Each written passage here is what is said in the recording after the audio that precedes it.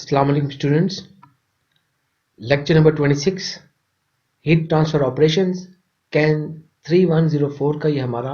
Online lecture है। आज के इस लेक्चर में हम मल्टीपल इफेक्ट इवेपोरेटर्स के अंदर जिस तरीके से हम हीट बैलेंसेस लगाते हैं उसको हम ज़रा देखेंगे। तो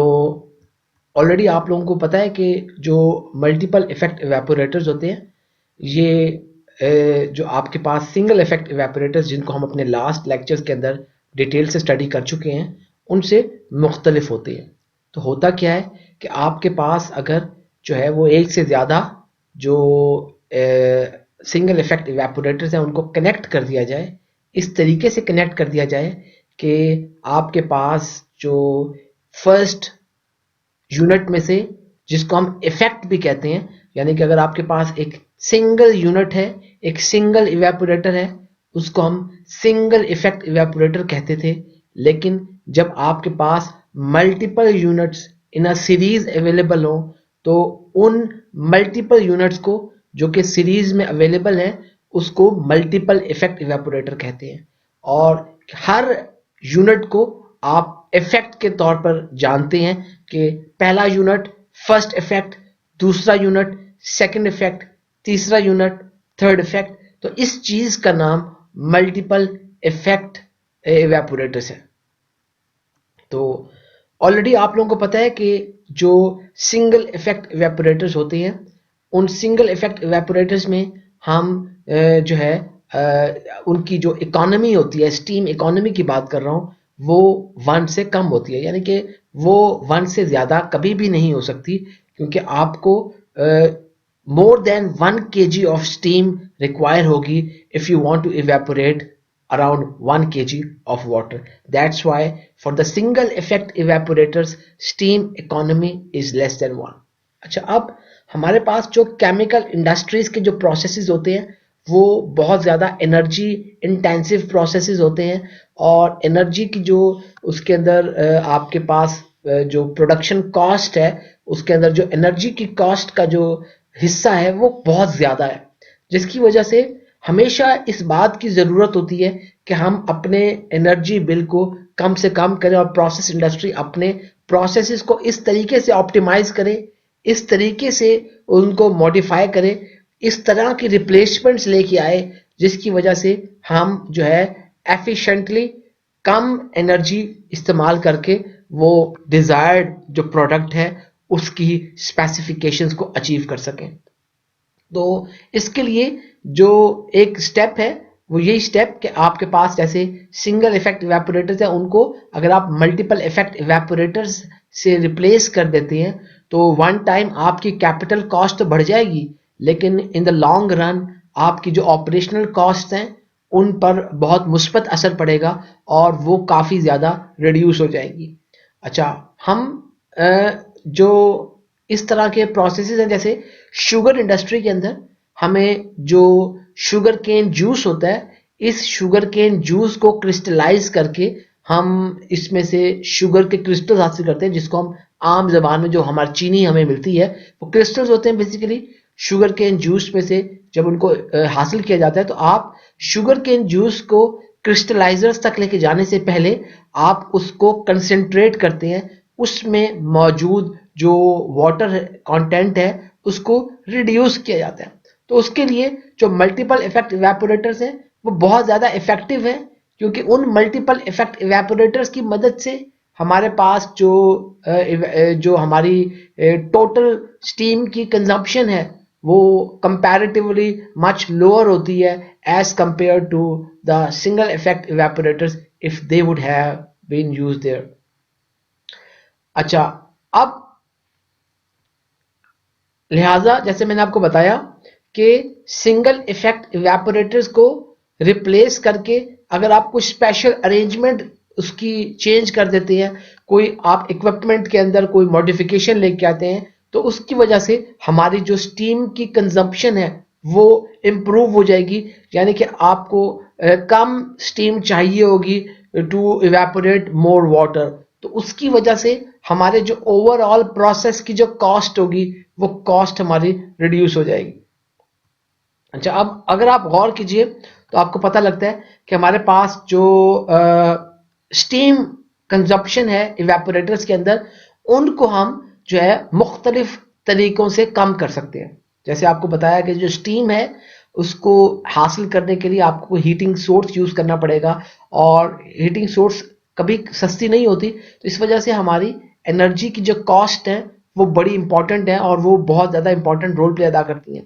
तो आप अगर इवेपोरेटर्स की परफॉर्मेंस को इन्हेंस करना चाहते हैं तो इसका कुछ तरीक़ेकार है। मसलन आप क्या कर सकते हैं कि या तो आप जो है डायरेक्टली जो है वो स्टीम की कंजप्शन को रिड्यूस कर लें। तो अगर आप स्टीम कम कंज्यूम करते हैं तो इससे आपकी जो इवेपोरेटर्स की जो परफॉर्मेंस है वो बढ़, अगर वो उसको कम करके उसको बढ़ा लें और अपना अखराजात को आप इस तरह जो है वो सेविंग्स कर सकते हैं। इसके साथ साथ अगर जो उसका बेहतर तरीका है, क्योंकि बाज़ औक़ात अगर आप जो है स्टीम कंजप्शन को रिड्यूस करते हैं तो हो सकता है उसकी वजह से आपकी डिज़ायर्ड इवेपोरेशन नहीं हो पा रही। तो अगर आप डिज़ायर्ड इवेपोरेशन नहीं कर पा रहे तो इसका मतलब ये होगा कि जो आपका प्रोडक्ट तैयार हो रहा है वो प्रोडक्ट जो है अपनी अच्छी क्वालिटी को बरकरार नहीं रख पाएगा और मार्केट में से वो आउट हो जाएगा। तो उसके मुकाबले में जो बेहतर तरीका हो सकता है वो ये कि अगर हम एनर्जी एफिशिएंसी को किसी तरीके से इंप्रूव कर लें, कोई स्पेशल अरेंजमेंट करके, कोई डिज़ाइन के अंदर चेंजिंग्स करके, अगर हम उसके अंदर एनर्जी की एफिशिएंसी के अंदर जो है हम उसको इंप्रूव कर लेते हैं तो उससे हमें काफ़ी ज़्यादा अच्छा मुस्बत असर पड़ेगा और हमारी जो स्टीम कंजम्पशन होगी इवेपोरेटर्स के अंदर वो बहुत ज़्यादा इंप्रूव हो जाएगी। तो मुख्तलिफ वो तरीक़ेकार जिसकी मदद से हम इवेपोरेटर्स के अंदर स्टीम की जो कंजम्पशन है उसको इम्प्रूव कर सकते हैं, या आप ये कहिए कि स्टीम जितनी आपको चाहिए टू इवेपोरेट वाटर उसको अगर हम सही तरह से उसको एडजस्ट कर सके तो उसके जो मुख्तलिफ किस्म के हमारे पास जो तरीक़ेकार हैं उसमें हमारे पास मल्टीपल इफेक्ट ऑपरेशन, जैसे अभी आपको मैंने थोड़ा सा ब्रीफली बताया कि जब आप एक से ज़्यादा इवेपोरेटर्स को, अभी हम आगे उनकी तस्वीरें भी देखेंगे और उसकी असेंबली हिसाब से देखेंगे किस तरह से उसको किया जाता है, तो एक से ज़्यादा हम अपने इवेपोरेटर्स को अगर इस तरीके से मल्टीपल उसको सीरीज में इस तरह लगा दें कि वो मल्टीपल इफेक्ट इवेपोरेटर्स बन जाते हैं, तो वो आपके पास जो मल्टीपल यूनिट्स हैं, तो इफेक्ट के नाम से घबराइएगा मत, जो one effect means one unit. तो इस तरह अगर आपका जो पहला यूनिट है वो first effect, second effect, third effect, तो हम मल्टीपल इफेक्ट इवेपोरेटर्स यूज करके हम स्टीम की कंजप्शन को इंप्रूव कर सकते हैं। उसके साथ साथ एक और जो तरीकेकार वो ये कि जब आपके इवेपोरेटर्स में से जो वेपर्स प्रोड्यूस, मिसाल के तौर पे, क्योंकि इवेपोरेटर्स के अंदर आप अपने जो लिकर है जिसमें से आप इवेपोरेशन करवा रहे हैं या आप उसमें से वोलेटाइल कंपोनेंट को रिड्यूस कर रहे हैं, तो उसमें से मौजूद जो वोलेटाइल कंपोनेंट होता है वो कंपोनेंट आप उसको जो है उसके अमाउंट को रिड्यूस करते हैं तो वो उस वोलेटाइल कंपोनेंट के वेपर्स प्रोड्यूस होंगे। तो अगर आप उन वेपर्स की दोबारा से कंप्रेशन करती हैं, आप उन वेपर्स को दोबारा से कंप्रेस कर लेते हैं, रिकम्प्रेशन उसका नाम है, जिसकी वजह से हमारे पास स्टीम कंजप्शन जो है वो कम हो सकती है। उसके अलावा अगर हम जो है मिसाल के तौर पर अगर आप जो है इवेपोरेशन, हम कोई हीट पंप साइकिल की मदद से आप जो है इवेपोरेशन करें और वो लो टेम्परेचर्स के ऊपर इवेपोरेशन कर रहे होंगे, तो जो है उसका फ़ायदा ये होगा कि instead of using high temperatures, आपके पास जब लो टेम्परेचर्स के ऊपर इवेपोरेशन हो रही होगी तो उस वक्त आपको लेस अमाउंट में वो हीट एनर्जी चाहिए होगी जो कि वो इवेपोरेशन करे, जिसकी वजह से आपकी ओवरऑल स्टीम जो कंजप्शन है वो बहुत ज़्यादा कंसिडरेबली रिड्यूस हो जाएगी। अच्छा, सबसे पहले मैं आपको थोड़ी सी ये डायग्राम थोड़ी दिखाना चाहता हूँ, ज़रा इस पे गौर कीजिएगा कि हमारे पास यहाँ पर ये 3 इवेपोरेटर सीरीज में, अगर यहाँ पर ये एक खाली इवेपोरेटर लगा होता तो इसको हम ये कह सकते थे कि ये एक सिंगल इफेक्ट इवेपोरेटर है, लेकिन ये जो इवेपोरेटर्स हैं आप देख सकते हैं ये आपके मल्टीपल, एक से ज़्यादा यूनिट, और ये जो है काफ़ी ज़्यादा तादाद में हो सकते हैं। तो अब क्योंकि आपके पास ये 3 इवेपोरेटर्स लगे हुए हैं तो इसको आप कह सकते हैं ये ट्रिपल इफेक्ट इवेपोरेटर है। और अगर आप गौर कीजिए आपकी स्टीम और फीड दोनों जो है वो फॉरवर्ड डायरेक्शन में आ रही हैं। तो बाजू का जो है आपके पास एक प्रेफरेबल एक और असेंबली भी मौजूद होती है जिसमें आपके पास जो है वो जो है स्टीम और फीड दोनों अपोजिट डायरेक्शन से आपके पास आ रही होती है। तो ये हमारे पास ये फीड फॉरवर्ड हमारे पास एक जो है अरेंजमेंट है ट्रिपल इफेक्ट इवेपोरेटर के अंदर, जिसके अंदर फीड भी फॉरवर्ड डायरेक्शन में आ रही है और स्टीम भी फॉरवर्ड डायरेक्शन में आ रही है। उसके अलावा जैसे आपको मैंने बताया कि फीड बैकवर्ड भी हो सकती थी, जिसमें आपके पास जो फीड है वो बैकवर्ड डायरेक्शन से आती और स्टीम आपकी फॉरवर्ड डायरेक्शन से आती। तो आप जरा गौर कीजिए क्या हो रहा है कि आपके पास जो स्टीम है वो आप यूज कर रहे हैं और स्टीम को हीटिंग मीडियम के तौर पर, उसके बाद आपकी फीड है वो किसी टेम्परेचर के ऊपर आपके इस मेन इवेपोरेटर बॉडी के अंदर एंटर होती है और स्टीम जो है वो अपनी हीट आपकी फीड को ट्रांसफर करेगा, जिसके बाद फीड में मौजूद लो वोलेटाइल कंटेंट जो मटेरियल है उसकी इवेपोरेशन स्टार्ट होगी और आपको वेपर्स बनेंगे। वो जो वेपर्स हैं उन वेपर्स को यहां पर यानी कि ये पहले इफेक्ट में ये वेपर्स बन रहे हैं, उन वेपर्स को हम D1 का नाम दे रहे हैं। अच्छा, उसके मुकाबले में देखिए कि आपके पास ये जो मेन इवेपोरेटर है, अब क्योंकि उसका जो मेन इवेपोरेटर के अंदर आप ये कह सकते हैं जिस टेम्परेचर के ऊपर ये इवेपोरेशन हो रही है उसको आप T1 कहेंगे इवेपोरेटर नंबर 1 में। जिस टेम्परेचर के ऊपर आपके पास ये प्रेशर के ऊपर ये इवेपोरेशन हो रही है इसको P1 कहेंगे। तो या आप ये भी कह सकते हैं कि जो पहले इवेपोरेटर के अंदर जो लिकर मौजूद है जो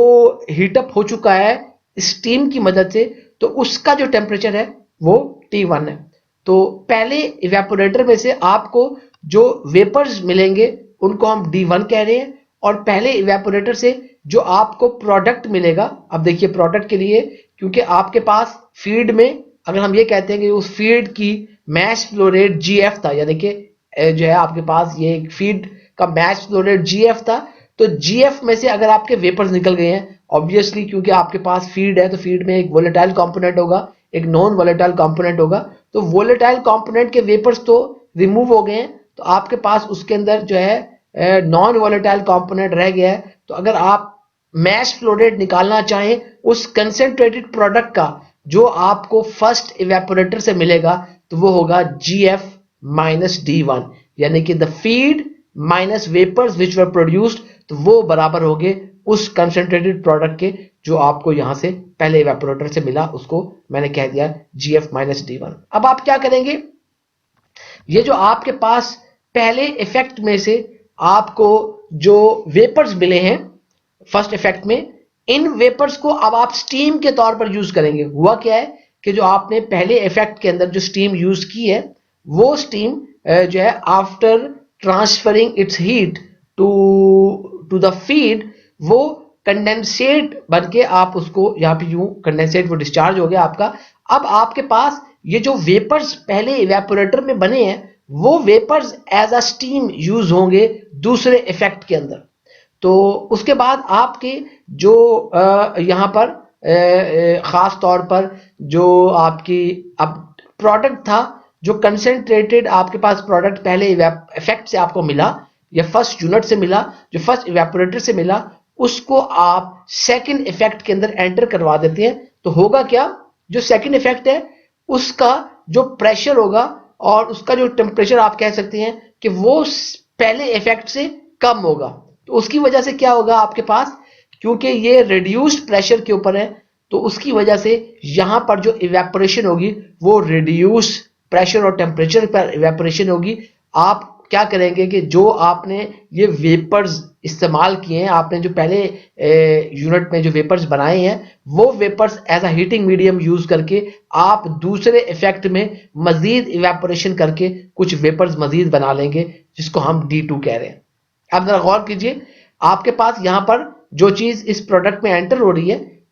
इफेक्ट सेकंड इफेक्ट में जो चीज एंटर हो रही है वो बेसिकली वही है जो आपके फर्स्ट इफेक्ट का डिस्चार्ज था। तो फर्स्ट इफेक्ट का जो डिस्चार्ज था वो GF माइनस D1 था, जो अब आपके सेकंड इफेक्ट के अंदर आप कह सकते हैं वो फीड बन गई है। तो GF माइनस D1 आपकी फीड है यहां पर और आपका जो वेपर्स प्रोड्यूस हो रहे हैं इस सेकंड इफेक्ट में वो D2 है। तो अगर आप वो प्रोडक्ट निकालना चाहें, वो कंसेंट्रेटेड प्रोडक्ट की अमाउंट निकालना चाहें, वो उसका मैस फ्लो रेट निकालना चाहें जो आपके सेकंड इफेक्ट में से डिस्चार्ज हो रहा है, तो आप उसको निकाल सकते हैं कि वो GF minus D1 minus D2, यानी कि जो इनलेट माइनस जो आपके वेपर्स प्रोड्यूस हुए हैं, तो GF minus D1 minus D2 वो आपके पास ये प्रोडक्ट आ जाएगा। और इस वक्त यहाँ पर वो जो प्रेशर और टेम्परेचर होगा, तो आप कह सकते हैं कि वो आपका प्रेशर और जो टेम्परेचर है वो फर्स्ट इफेक्ट के मुकाबले में वो कम होगा। उसके बाद आपका जो प्रोडक्ट आपको सेकंड इफेक्ट से मिला है, उस सेकंड इफेक्ट से निकलने वाले इस प्रोडक्ट को आप थर्ड इफेक्ट के अंदर एंटर करवा देते हैं। तो इसका मकसद यह है कि अब आपके पास जो थर्ड इफेक्ट की जो फीड है वो बेसिकली सेकंड इफेक्ट का प्रोडक्ट था। तो इसी तरह आपके पास जो सेकंड इफेक्ट में जो वेपर्स आपको मिले हैं, आप उन वेपर्स को यूज करेंगे as a heating medium in the third effect. तो इसके लिए इसको इफेक्टिवली यूज करने के लिए जो थर्ड इफेक्ट का प्रेशर और टेम्परेचर होगा वो सेकंड इफेक्ट से फर्दर कम होगा, ताकि आपके पास रिड्यूस्ड टेम्परेचर और प्रेशर के ऊपर ये इवेपोरेशन कंप्लीट हो सके। तो उस वक्त हमारा जो ये D2 है, vapours produced in the second effect will act as a heating medium, और आपके पास वो जो प्रोडक्ट आया था सेकंड इफेक्ट में, that product will be used as a feed inlet, as a feed for the third effect. तो अब आपके पास जो थर्ड इफेक्ट के अंदर इस केस में हमारा फाइनल इफेक्ट है, डिपेंड करता है आपके पास और भी इफेक्ट हो सकती है। तो हमारे पास ये जो उसके साथ में जो प्रोडक्ट आपके पास जो आपके पास फीड है, फीड अब आपके पास ये GF minus D1 minus D2 है। तो जो प्रोडक्ट आपके पास में जो आपके पास वेपर्स बने हैं, जो वेपर्स इस थर्ड इफेक्ट में बने हैं, उन वेपर्स को हम कह रहे हैं D3। तो अब आपके पास फीड थी GF minus D1 minus D2 और वेपर्स बने हैं D3। तो इसमें आप मालूम कर सकते हैं कि आपका फाइनल प्रोडक्ट क्या होगा, क्योंकि ये तीन इफेक्ट हैं, इसलिए जो लास्ट इफेक्ट होगा वहां से आपको वो रिक्वायर्ड कंसेंट्रेशन के साथ आपको रिक्वायर्ड कंसेंट्रेटेड प्रोडक्ट मिलेगा। तो अब आपकी feed minus vapours produced will be the mass flow rate of your product. तो आप इसमें देख सकते हैं, क्योंकि हमारे पास जो इनलेट पे जो फीड थी वो GF minus D1 minus D2, तो आपने ये वेपर्स प्रोड्यूस किए जो है वो D3, तो आपके पास जो फाइनल प्रोडक्ट हो जाएगा वो GF minus D1 minus D2 minus D3। तो ये हम इसको प्रोडक्ट कह रहे हैं। इसी तरह आपके पास जो वेपर्स बने हैं, इस वेपर्स को जो आपके पास वेपर्स कंडेंस हुए,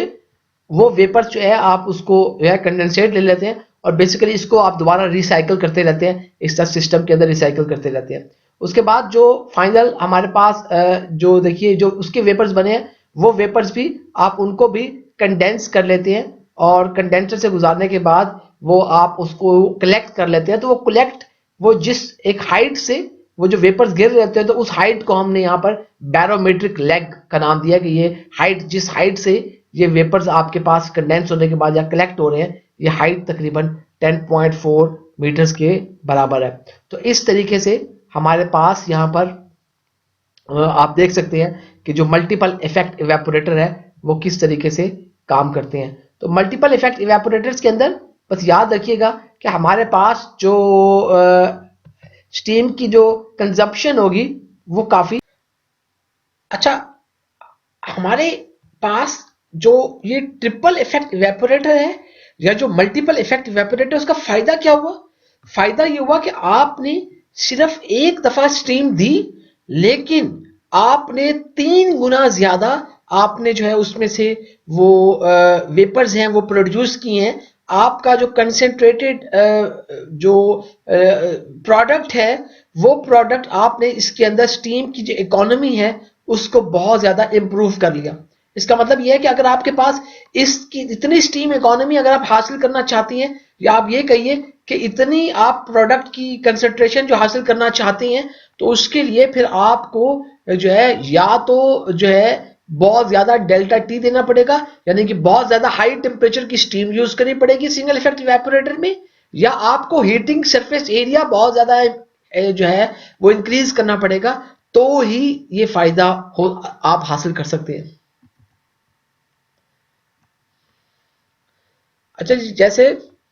थोड़ा सा इसको थ्योरेटिकली इसको देख लेते हैं कि फॉर एग्जांपल हमारे पास एक इवेपोरेटर है और उस इवेपोरेटर के अंदर हमने 399 केल्विन के ऊपर कुछ स्टीम हमने उसके अंदर जो है वो फीड की है। अच्छा, अब जब आपके पास 399 केल्विन के ऊपर स्टीम आएगी तो उस स्टीम के पास 2714 किलो जूल्स पर केजी, ये वैल्यूज आप स्टीम टेबल से हासिल कर सकते हैं कि 399 केल्विन के ऊपर के पास जब आपके पास स्टीम होगी तो उस स्टीम के पास ये इतनी हमारे पास जो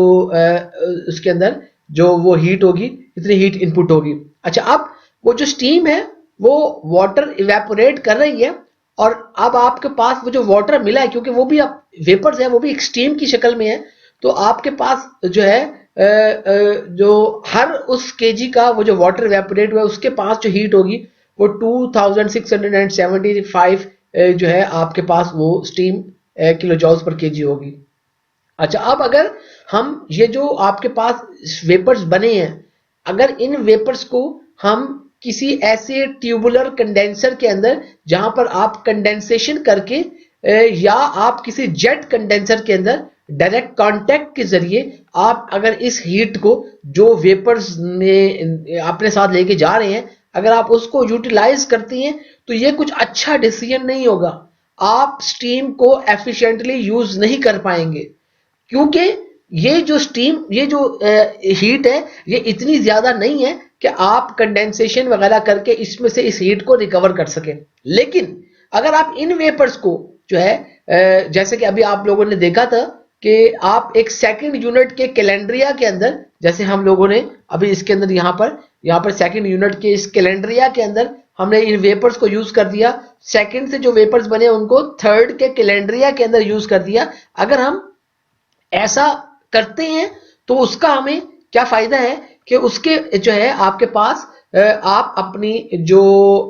ओवरऑल एफिशिएंसी है उसको इंप्रूव कर सकते हैं। तो उसका शर्त क्या होगा? शर्त सिर्फ यही होगा कि जो सेकंड यूनिट का जो बॉइलिंग टेम्परेचर है, जैसे कि जो T2 था, वो जो है आपके पास उसको फर्स्ट यूनिट के टेम्परेचर T1 से कम होना चाहिए। तो इसका मकसद यह है कि आपको कोई जो है रिड्यूस्ड प्रेशर चाहिए होगा। अगर आप किसी तरह से इसका प्रेशर रिड्यूस कर ले, नॉर्मली अंडर वैक्यूम होगा, तो आपके पास जब स्लाइडली भी वैक्यूम आ गया तो अब आप रिड्यूस्ड प्रेशर पर रिड्यूस्ड बॉइलिंग पॉइंट आपके पास आएगा, जिसकी वजह से आप वो डेल्टा टी अचीव कर लेंगे और delta T is needed for evaporation. तो बेसिकली यही प्रिंसिपल है हमारे पास कि आपने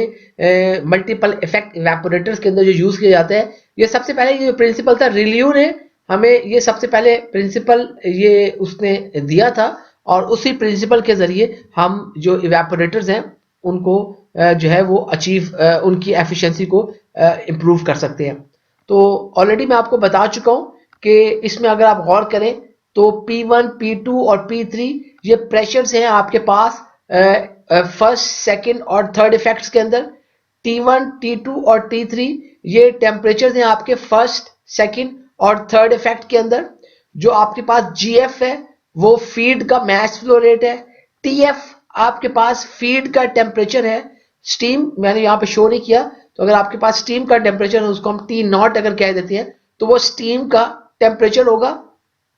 तो आपके पास जो D1, D2 और D3 ये वेपर्स हैं जो कि फर्स्ट इफेक्ट, सेकंड इफेक्ट और थर्ड इफेक्ट में प्रोड्यूस हुए हैं। इसी तरह आपके पास जो GF माइनस D1 है ये फर्स्ट इफेक्ट से डिस्चार्ज जो कंसेंट्रेटेड प्रोडक्ट हुआ ये वो है जो कि अब सेकंड इफेक्ट में आ रहा है। इसी तरह सेकंड इफेक्ट से निकलने वाला जो कंसेंट्रेटेड प्रोडक्ट है और जो थर्ड इफेक्ट में एंटर हो रहा है वो GF minus D1 minus D2 है और जो फाइनल प्रोडक्ट था वो GF minus D1 minus D2 minus D3 हमारे पास होगा।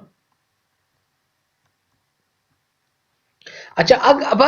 अगर जरा गौर कीजिए कि अगर हमारे पास जो है इस सिस्टम के अंदर जो अभी मैंने आप लोगों को सिस्टम शो किया, इस सिस्टम के अंदर अगर कोई बॉइलिंग पॉइंट राइज ना हो तो उस वक्त जो हमारे पास टोटल हीट ट्रांसमिट होगी पर यूनिट टाइम, वो हर इफेक्ट के अंदर उसको हम देख सकते हैं। जरा फर्स्ट इफेक्ट में देखते हैं, तो आपको ऑलरेडी पता है फर्स्ट इफेक्ट के अंदर हमारे पास जो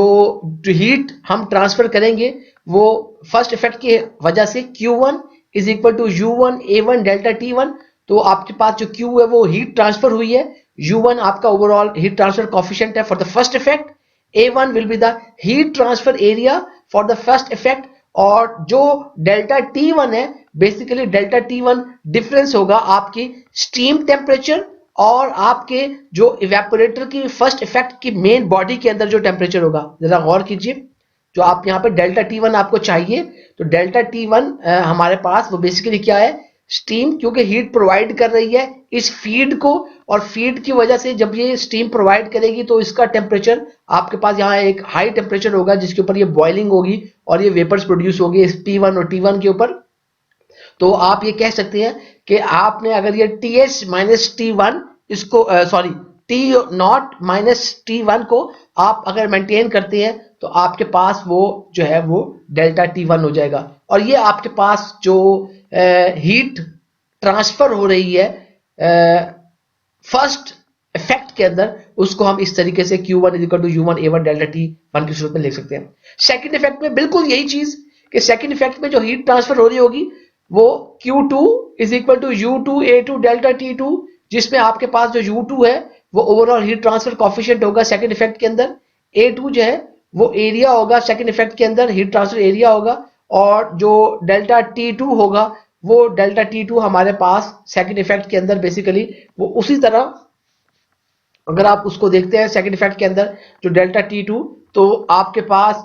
ये देखिए हमारे पास, क्योंकि अब आपके पास क्योंकि ये जो प्रोडक्ट आपने फर्स्ट इफेक्ट से डिस्चार्ज हुआ है GF माइनस D1 जिसका मैच फ्लो रेट है, उस प्रोडक्ट का टेम्परेचर T1 है। तो मैंने आपको बताया है कि आपने इसको यहां पर आपके पास रिड्यूस्ड प्रेशर के ऊपर, ये जो सेकंड इफेक्ट होगा ये रिड्यूस्ड प्रेशर के ऊपर होगा। तो जब ये सेकंड इफेक्ट आपके पास रिड्यूस्ड प्रेशर पर होगा, दैट अगर आपको पता है कि अगर एक्सटर्नल प्रेशर अगर आप रिड्यूस हो जाएगा तो आपके पास वो उसकी बॉइलिंग भी जल्दी हो जाएगी। तो हमारे पास प्रेशर रिड्यूस होने की वजह से ये बॉइलिंग भी जल्दी हो जाएगी। तो आपके पास सेकंड इफेक्ट में है तो वो सेम लिक्विड, लेकिन उसकी बॉइलिंग जो है पॉइंट वो रिड्यूस हो जाएगा, और बॉइलिंग पॉइंट रिड्यूस होने की वजह से आपके जो फर्स्ट इफेक्ट से जो प्रोडक्ट निकला T1 उसका टेम्परेचर ज्यादा होगा as compared to the boiling temperature inside the second effect. तो आपके पास सेकंड इफेक्ट के अंदर जो हमारे पास डेल्टा T2 अगर आप कहें तो वो होगा T1 माइनस T2। तो आप देख सकते हैं कि T1 must be greater than the T2। तो इसी तरह हमने उसको डेल्टा T2 को T1 माइनस T2 लिख दिया। थर्ड इफेक्ट के अंदर हमारे पास, तो आपके पास इस तरह जितने भी इफेक्ट होंगे आप उसको रिलेट कर सकते हैं, इस तरह जनरलाइज कर सकते हैं कि हमारे पास जो थर्ड इफेक्ट था उसके अंदर जो अमाउंट ऑफ हीट ट्रांसफर होगी फिर वो Q3 होगी is equal to U3 A3 delta 3, जिसमें U आपके पास ओवरऑल हीट ट्रांसफर कोफिशिएंट है, A3 उसके अंदर जो है वो हीट ट्रांसफर एरिया है, और जो डेल्टा T3 है बिल्कुल उसी तरह डेल्टा T3 क्या होगा कि अब आपके पास जो थर्ड इफेक्ट के अंदर जो बॉइलिंग टेम्परेचर होगा वो लेस देन दिस T2 होगा, क्योंकि आपके पास वहां पर फर्दर वैक्यूम होगा। तो आपके पास ये अंडर वैक्यूम सिस्टम है, प्रेशर रिड्यूस होगा, बॉइलिंग पॉइंट आपका रिड्यूस हो जाएगा, जल्दी अचीव हो जाएगा। तो ये जो आपको सेकंड इफेक्ट से प्रोडक्ट मिला GF minus D1 minus D2 जिसका टेम्परेचर T2 था, वो जब आपके पास एंटर होगा आपके पास, तो वो ये अब इसकी जो हीट है ये कैलेंड्रिया सॉरी जो आप वेपर्स में तो कैलेंड्रिया जा रहे हैं, तो बेसिकली क्योंकि आपके पास वो जो वेपर्स प्रोड्यूस हो रहे होंगे वो जो है आपके पास यहाँ से जो T2 आपके पास आ रहा है, तो T2 जो है वो फिर मजीद उसके अंदर हमारे पास जो है उसका जो टेम्परेचर है वो आपके पास यहाँ पर T3 के टेम्परेचर से वो, क्योंकि यहाँ पर आपके पास देखिए ये जो T3 है, T3 क्योंकि हमारे पास जो है उसका टेम्परेचर T3 का वो कम है T2 से, तो आपके पास फर्दर इवेपोरेशन होगी और फर्दर आपके पास यहां से फाइनल प्रोडक्ट आपके पास आ जाएगा। तो जो डेल्टा T3 है वो T2 माइनस T3 होगा। अच्छा, अब अगर हम जो आप फीड को हीट कर रहे हैं, तो बेसिकली आपका फीड का टेम्परेचर टीएफ था, तो उसको आप जो टी नॉट यानी कि स्टीम के टेम्परेचर की वजह से आप उसको हीटअप कर रहे हैं, तो ताकि उसका टेम्परेचर टी1 तक हो जाए। तो उसके लिए आप अगर हम बेसिकली वो हीट अगर हम इग्नोर कर ले जो हमारी इस फीड को टीएफ को टी1 तक पहुंचा रही है, तो बेसिकली होगा क्या, उसका ये मकसद होगा कि आपके पास जो हीट आप ट्रांसफर कर रहे होंगे वो जो है it will act as a latent heat, जो कि आपके पास देखिए, अगर इसको जरा यहां देखिए, मिसाल के तौर पर अगर हम ये इग्नोर कर दें, लेट से हम ये समझते हैं कि जो टीएफ है ऑलरेडी आप जो कह रहे हैं, देखिए ऑब्वियसली प्रैक्टिकल पर्पसेस में टीएफ जो आती है वो टी1 से कम होती है, स्टीम इसको हीटअप करके टी1 तक लेके जा रही होती है टीएफ को। तो अगर आप ये एज्यूम कर रहे हैं कि हमारे पास जो टीएफ है वो बेसिकली आपने जो हीटअप ऐड कर रहे हैं वो ऑलरेडी उसके अंदर आप पे कोई जो हीट जो है वो ऑलरेडी टी1 पे था, तो जो आप स्टीम की मदद से जो हीट ऐड हो रही होगी वो as a latent heat vapours में चली जाएगी। वो एज अ लेटेंट हीट जब वेपर्स में जाएगी, तो वेपर्स में जाने की वजह से उस हीट को आप अगले किसी यूनिट के अंदर आप यूज कर सकते हैं। और इसी तरह हर यूनिट के अंदर फिर ऐसा ही होगा, क्योंकि ऑलरेडी आपके पास वो जो टेम्परेचर इसी तरह इस तरह टेम्परेचर आपने एडजस्ट किया हुआ है कि आपके पास ये सारी की सारी लेटेंट हीट पे जा रही हैं, तो फिर आपके पास जो Q1 है, Q2 है और Q3 है, इस छोटी सी एजम्पशन के साथ ये चीजें बराबर हो जाएंगी। तो हमने कह दिया फिर कि Q1, Q2 और Q3 ये तीनों चीजें आपके पास बराबर हो गई हैं। और देखिए अगर Q1, Q2 और Q3 बराबर है, तो इक्वेशन 1, 2 और 3 हमें ये बताते थे कि ये Q1 is equal to U1 A delta T1, Q2 is equal to U2 A2 delta T2, Q3 is equal to U3 A3 delta 3। तो आपके पास ये आ जाएगा U1 A1 delta T1 is equal to U2 A2 delta T2 is equal to U3 A3 delta T3। तो अब अगर आप देखिए कि होगा क्या कि नॉर्मली हमारे पास इंडस्ट्रीज के अंदर जो तीनों इफेक्ट होते हैं ये एक जैसे होते हैं। मिसाल के तौर पर ये जो आपको तीनों साइज में आपको नजर आ रहे हैं एक जैसे इफेक्ट होंगे, एक जैसे साइज होता भी यही है प्रैक्टिकली भी। तो अगर ये आपके तीनों इफेक्ट आइडेंटिकल हो तो उस वक्त क्या होगा, आपके पास जो A1, A2 और A3 वो सेम होगा। तो आपकी ये जो इक्वेशन नंबर 4 है इसको हम फर्दर रिड्यूस कर सकते हैं। When A1 is equal to A2 is equal to A3, तो आपके पास इक्वेशन नंबर 4 रिड्यूस होके इस हालत में आ जाएगी कि U1 delta T1 is equal to U2 delta T2 is equal to U3 delta T3। तो अगर आप इसको गौर करें तो आपको पता लगता है कि आपके पास जो अगर आप यहाँ से जो है अगर आप इसको अगर आप देखें गौर करें तो हमें ये पता लगेगा कि आपके पास बेसिकली जो टेम्परेचर, क्योंकि U1 delta T1 is equal to U2 delta T2, तो ये हमारे पास बेसिकली जो एक ओवरऑल हीट ट्रांसफर कोफिशिएंट के साथ एक इनवर्स रिलेशनशिप आ जाती है। क्योंकि देखें U1 डेल्टा T1 है, तो आपके पास क्योंकि अगर ये U1 is equal to delta T1 होता तो अब आपके पास हर हीट ट्रांसफर कोफिशिएंट की, हर ओवरऑल हीट ट्रांसफर कोफिशिएंट की उसके टेम्परेचर डिफरेंस के साथ एक इनवर्स रिलेशनशिप आ गई है। तो U1 की एक इनवर्स रिलेशनशिप होगी डेल्टा T1 के साथ, U2 की इनवर्स रिलेशनशिप होगी डेल्टा T2 के साथ, U3 की एक इनवर्स रिलेशनशिप होगी डेल्टा T3 के साथ। अच्छा, अब ये जो हमने एक सिंप्लीफिकेशन हासिल की है, ये सिंप्लीफिकेशन याद रखिएगा हमने कुछ चीजें एज्यूम करके की थी। एक तो हमने पहली एजम्पशन ये की कि हमने जो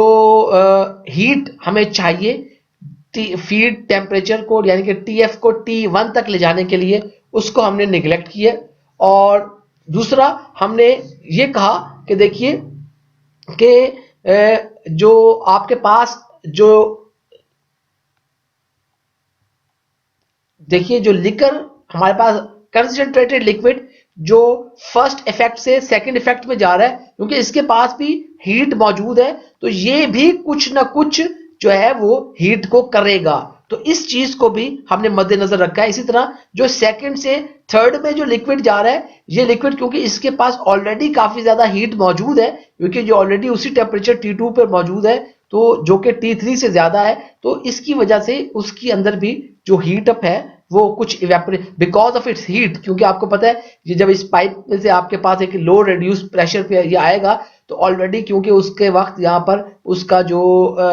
टेम्परेचर होगा वो टेम्परेचर वहां पर कम है, तो इसके पास ये ज्यादा टेम्परेचर से कम टेम्परेचर वाली जगह में आया है, तो इस लिक्विड में से ऑटोमेटिकली फ्लैश किस्म की इवेपोरेशन होगी और ये आपके पास कुछ ना कुछ इवेपोरेशन आपके पास करेगा। तो ये दोनों चीजें हमारे पास जो है इसको हमें मद्देनजर रखना पड़ेगा। अच्छा देखिए, अगर आप ये कहिए कि हमारे पास जो लेटेंट हीट रिक्वायर है, अगर हम 1 kg वाटर को इवेपोरेट करते हैं फर्स्ट इफेक्ट के अंदर, तो बेसिकली हमारे पास जो उसको इवेपोरेट करने के लिए लेटेंट हीट रिक्वायर होगी, तो वो बेसिकली वो हीट वो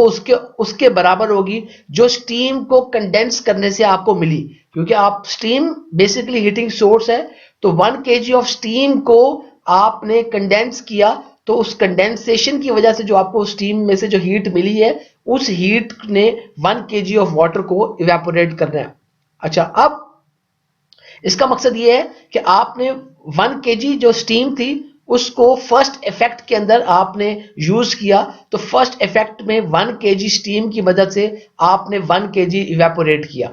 उसके बाद जो आपके पास 1 kg वाटर आपने इवेपोरेट किया है, वो वाटर अब खुद से स्टीम बन जाएगा और उसको आप एज अ स्टीम जो है आपने सेकंड इफेक्ट के अंदर यूज किया, तो वो फिर वहीं पर दोबारा, क्योंकि आपने देख लिया कि अमाउंट ऑफ हीट सेम है, आपके पास हीटिंग सरफेस एरिया भी सेम है, तो वो आपके पास जो 1 kg फर्स्ट इफेक्ट से आपको वेपर्स मिले हैं, these vapors will be used as a steam in the second effect, which will again evaporate further 1 kg of steam, sorry 1 kg of water. तो अब आपके पास वो जो 1 kg ऑफ वाटर इवेपोरेट हुआ सेकंड इफेक्ट में, वो फिर 1 kg ऑफ स्टीम बनाएंगे और वो जो इस तरह आपके पास ये सिस्टम चलता जाएगा। तो इसका मकसद आप ये कहिए कि आपके पास जो 1 kg स्टीम होगी वो बेसिकली n kg वाटर को इवेपोरेट करेगी। जरा गौर करें, जरा इसको देखें आप,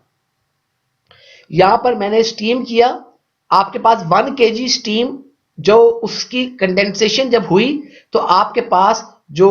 1 kg, क्योंकि जो स्टीम ने हीट दी, तो फिर उसके बाद आपके पास 1 kg जो इस फीड के अंदर वाटर मौजूद था वो इवेपोरेट हुआ और आपके पास because of 1 kg steam condensation you have now 1 kg vapours. तो ये 1 kg वेपर्स आप कह सकते हैं कि ये 1 kg वेपर्स भी स्टीम है, वेपर्स है। इसको आप एज अ स्टीम सेकंड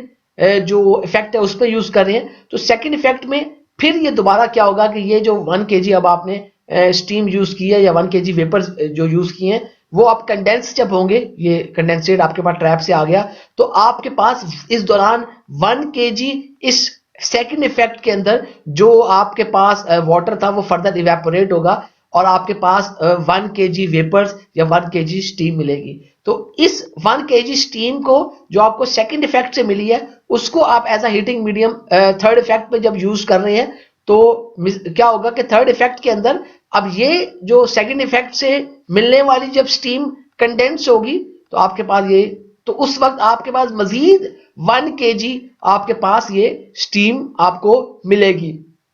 जिसको आप अगर आप लेके जाना चाहें फर्दर इफेक्ट अगर लगाओ तो उसमें जाता, लेकिन अब आपने कंडेंसर लगा के इस हीट को रिकवर कर लिया। तो हो क्या रहा है, हो यहां पर इस तरह रहा है कि आपने देखिए कि एक स्टीम आपने 1 kg इस्तेमाल किया है, लेकिन आपने उसमें से वेपर्स को कितना इवेपोरेट कराया। हमारा इवेपोरेशन का मकसद क्या है, मकसद हमारा यही है कि हमने उसमें से जो वोलेटाइल कंपोनेंट है, वाटर है, उसको इवेपोरेट करवाना है, अपनी फीड को जो है उसको जो प्रोडक्ट में कन्वर्ट करना है, उसको कंसंट्रेट करना है। तो आपके पास जो 1 kg स्टीम कंज्यूम होगी, that will not produce 1 kg of water vapours, but it will produce the same kg of water which you have as effects. यानी कि अगर आपके पास यहाँ पर 3 इफेक्ट लगे हुए हैं तो 3 kg, अगर आपके पास 4 इफेक्ट लगे हुए हैं तो 4 kg, अगर आपके पास n इफेक्ट्स लगे हुए हैं तो that mean 1 kg of steam will produce n kg of water vapours. या अगर जरूरी नहीं है कि वाटर वेपर, अगर कोई और वोलेटाइल कंपोनेंट है, किसी और चीज की आप इवेपोरेशन कर रहे हैं, तो उस वक्त वो जो भी वो लिक्विड होगा वो आपके पास उसके अंदर होगा। अच्छा, इससे ये क्लियर हो गई, ये बात हमें साबित हो गई कि आपके पास जो मल्टीपल इफेक्ट सिस्टम होता है बेसिकली इसके अंदर आप पर केजी स्टीम के मुकाबले में बहुत ज्यादा इवेपोरेशन कर सकते हैं as compared to single effect unit. तो इसीलिए देखिए आपके पास जो स्टीम इकोनॉमी होती है जिसको मेजर करने का तरीका ऑलरेडी आप अपने लास्ट जो लेक्चर है उसमें आप देख चुके थे कि हम जो बेसिकली वाटर वेपोराइज होता है पर केजी ऑफ स्टीम कंज्यूम या पर केजी ऑफ स्टीम कंडेंस, तो वो आपके पास जो है बेसिकली उसकी वजह से आपको स्टीम इकोनॉमी का पता चलता है। तो स्टीम इकोनॉमी आपकी इंक्रीज हो जाती है in using such kind of multiple effect systems. अच्छा, अब देखिए कि जो हमारे पास लेटेंट हीट है वो जो है वो कांस्टेंट है। बेसिकली वो लेटेंट हीट तो वैल्यू तो चेंज नहीं हो रही, और आपके पास लेटेंट हीट क्योंकि कांस्टेंट है, सेम अमाउंट ऑफ वाटर वगैरह प्रोड्यूस हो रहे थे, तो आप ये कह सकती हैं कि आपके पास जो वाटर आपका इवेपोरेट हो रहा है वो जो है वो प्रोपोर्शनल है आपकी उसमें क्यू कितनी आ रही थी। तो हमने ये कह दिया कि अगर आप टोटल कैपेसिटी ऐड करना चाहें तो अगर हम तीनों की हीट्स को, वैसे जो Q1 Q2 Q3 हमने अभी ये देखा था कि वो तीनों बराबर थी, तो आप उसको ये कह रहे हैं कि आपके पास जो टोटल Q होगी, टोटल कैपेसिटी होगी, वो Q1 plus Q2 plus Q3 के बराबर होगी। तो अब अगर हम जो है Q1 Q2 और Q3 जो आपने फर्स्ट सेकंड और थर्ड इक्वेशन थी उनकी जो वैल्यूज है Q1 Q2 और Q3 की, वो वैल्यूज अगर हम इस इक्वेशन नंबर 7 में इंसर्ट करते हैं तो हमारे पास जो इक्वेशन बनेगी वो Q is equal to U1 A1 delta T1 plus U2 A2 delta T2 plus U3 A3 delta T3। तो अगर आप यहाँ पर ये देखिए, तो अगर यहाँ पर आपको ऑलरेडी पता है कि हमारे पास जो है वो जो एरिया है वो A1 A2 A3 वो A1 A2 A3 वो बराबर है, तो आप इसमें से एरिया को कॉमन ले सकते हैं। तो एरिया को कॉमन लेंगे तो आपके पास हो जाएगा Q is equal to U delta T1 plus delta T2 plus delta T3 A। आपके पास इस तरह ये जो है वो एरिया उसके अंदर कॉमन आ जाएगा। उसके मुकाबले में क्या होगा, ये एरिया तो आपके पास यहां से कॉमन आ गया, लेकिन अगर आप इसी के अंदर, इसी इक्वेशन के अंदर अगर आप इस तरह देखें कि आपके पास के ये जो हम इसके अंदर तीन आपके पास ओवरऑल हीट ट्रांसफर कोएफिशिएंट्स है, अगर उसकी जगह पे हम कोई ओवरऑल एवरेज वैल्यू ले लें हीट ट्रांसफर कोएफिशिएंट की और यू एवरेज की कोई टर्म इंट्रोड्यूस कर लें, तो आपके पास यू एवरेज जो होगा वो फिर आपके पास वो इन तीनों की अगर आप एवरेज ले लें तो फिर आपके पास यू एवरेज वो delta T1 plus delta T2 plus delta T3 A, इस तरह आपके पास इक्वेशन नंबर 9 आ जाएगी। अच्छा जी, अब देखिए कि हमारे पास अगर कोई ऐसा सिंगल इफेक्ट इवेपोरेटर है, एक ऐसा सिंगल इफेक्ट इवेपोरेटर है जिसके अंदर जो डेल्टा T, अगर आप ये वाला इन तीनों को ऐड करके आप delta T1 plus delta T2 plus delta T3 आपके पास जो समेशन ऑफ डेल्टा T आया है, अगर आप किसी सिंगल इफेक्ट इवेपोरेटर में इतना डेल्टा T अचीव कर लें और साथ में अगर उस सिंगल इफेक्ट इवेपोरेटर का जो है वो ओवरऑल हीट ट्रांसफर कोएफिशिएंट वो आपके यू एवरेज के बराबर हो जाए, तो उस वक्त उस सिंगल इफेक्ट इवेपोरेटर के अंदर भी जो उसकी कैपेसिटी होगी, जो आप बेसिकली उसके अंदर हीट ट्रांसफर कर रहे होंगे, वो क्यू इसी के बराबर होगी जो मल्टीपल इफेक्ट सिस्टम के अंदर होगा। तो इसके अंदर आप ये कह सकते हैं कि अगर आपने मल्टीपल इफेक्ट सिस्टम जैसा असर हासिल करना है अपने किसी सिंगल इफेक्ट के अंदर, तो उस वक्त आपको सिंगल इफेक्ट को फिर उतने ही टोटल टेम्परेचर डिफरेंस के साथ ऑपरेट करना चाहिए पड़ेगा जो आप जो है उसको जिसको आप मल्टीपल इफेक्ट में आप देते हैं, और उसके अंदर जो इक्वल एरिया होगा वो भी तीनों यूनिट जितना होना चाहिए। तो ये आसान काम नहीं है और ये पॉसिबल नहीं होता, और इसकी वजह से जो कैपिटल इन्वेस्टमेंट है वो बड़ी बढ़ जाती है। और तो इसका मकसद कहने का ये है कि अगर हमने जो है मल्टीपल इफेक्ट सिस्टम के अंदर हम जब यूज करते हैं तो उसकी शुरू की कैपिटल तो कॉस्ट आपकी ज्यादा होती है, लेकिन उसके बाद में ऑपरेशन के दौरान हमारे पास जो प्रोसेस होता है उसको हम यूज करना, हम उसको इजीली यूज कर सकते हैं और उस प्रोसेस की जो हैंडलिंग है हमारे लिए डिफिकल्ट नहीं होती। So this was over lecture number 26। Please go through this lecture, please watch this video. If you have any questions You can always ask me a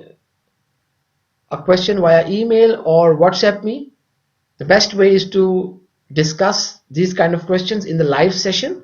So our live sessions are always on Tuesday and Friday. So I expect you to join the live session so that you can always ask your queries, you can solve,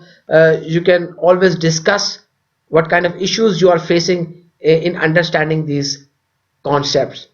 ठीक है जी, इंशाल्लाह अब आपसे live session में मुलाकात होगी. अल्लाह हाफिज जी.